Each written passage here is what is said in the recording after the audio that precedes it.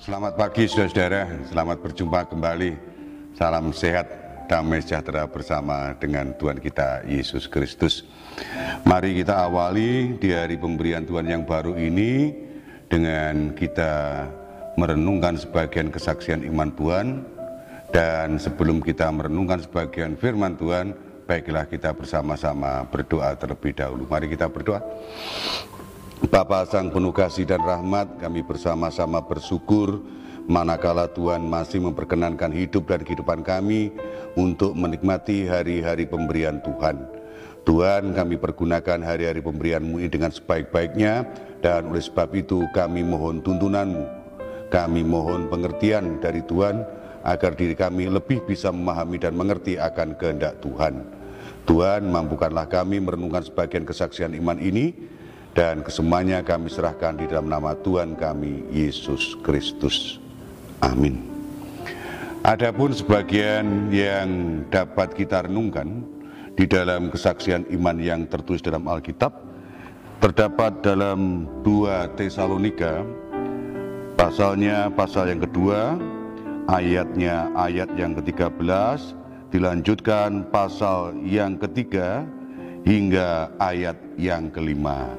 Adapun ayat yang dapat menjadi ayat emasnya terdapat pada pasal yang ketiga, ayat 3 dan 4 terkatakan demikian.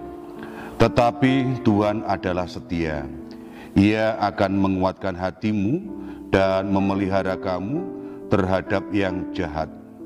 Dan kami percaya dalam Tuhan bahwa apa yang kami pesankan kepadamu, kamu lakukan dan akan kamu lakukan.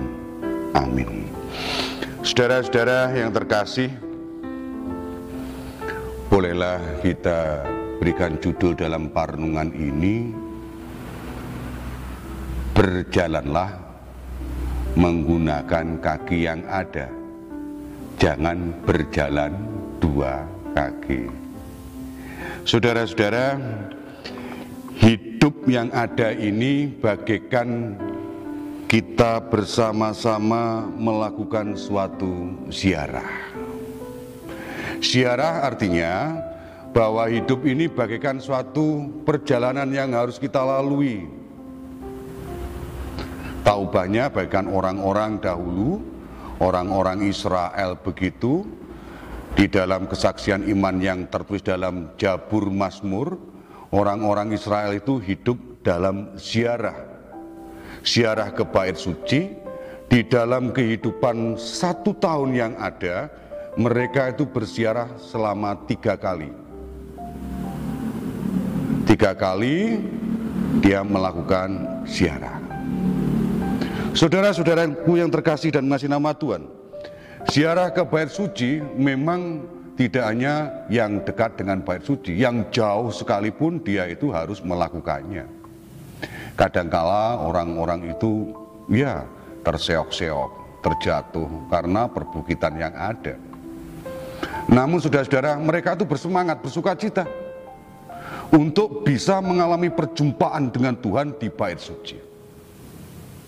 Saudara yang terkasih, memang ada yang sempat bisa ke bait suci, ada yang tidak sempat ke bait suci. Pertanyaannya mengapa? Mungkin saja mereka jatuh sakit. Mungkin saja mereka itu terpecah tujuan. Karena tekanan ujian kehidupan, mereka itu terpecah. Saudara-saudara yang terkasih, apabila mereka jatuh sakit, kemudian ada kesempatan lagi, ya itu satu ujian kehidupan. Namun manakala mereka terpecah tujuannya, ya inilah saudara-saudara, bagaikan orang itu berjalan 2 kaki. Berjalan 2 kaki, itu arti kiasnya adalah ketidakmungkinan.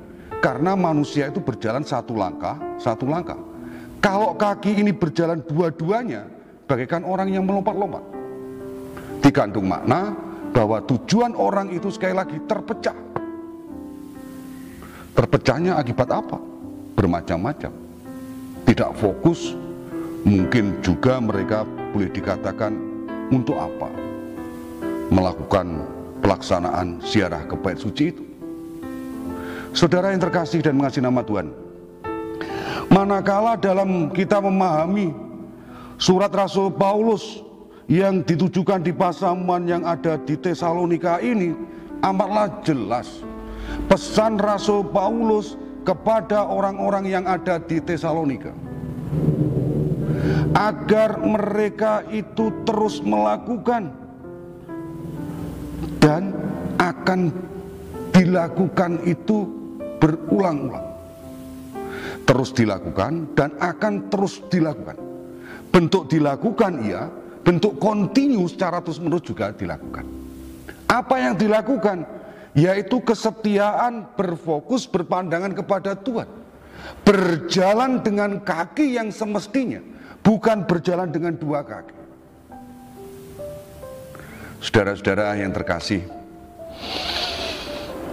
yang namanya hidup penuh dengan pilihan. Kita sering memang dalam kehidupan ini kadang-kala kita fokus kepada kehendaknya, melakukan kehendaknya, berdoa dengan baik dan serta melakukan apa yang dikehendaki Tuhan.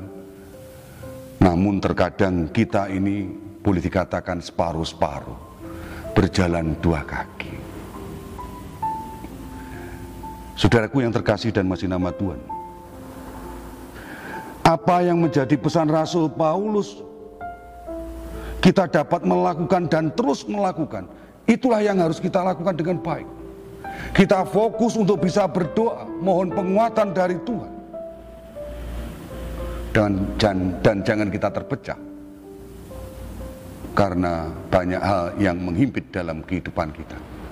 Yakinlah manakala kita berjalan bagaikan ziarah ke bait suci, ingin mengalami perjumpaan dengan Tuhan, lakukanlah perjalanan dengan baik. Jangan sampai hal-hal yang menggoda itu mengganggu perjalanan kita. Dan jangan sampai sekali lagi kita berjalan dua kaki. Tidak ada artinya. Pilihlah berjalan sesuai dengan kehendak Tuhan. Itulah yang terbaik dalam kehidupan kita bersama. Amin. Selamat pagi dan selamat beraktivitas.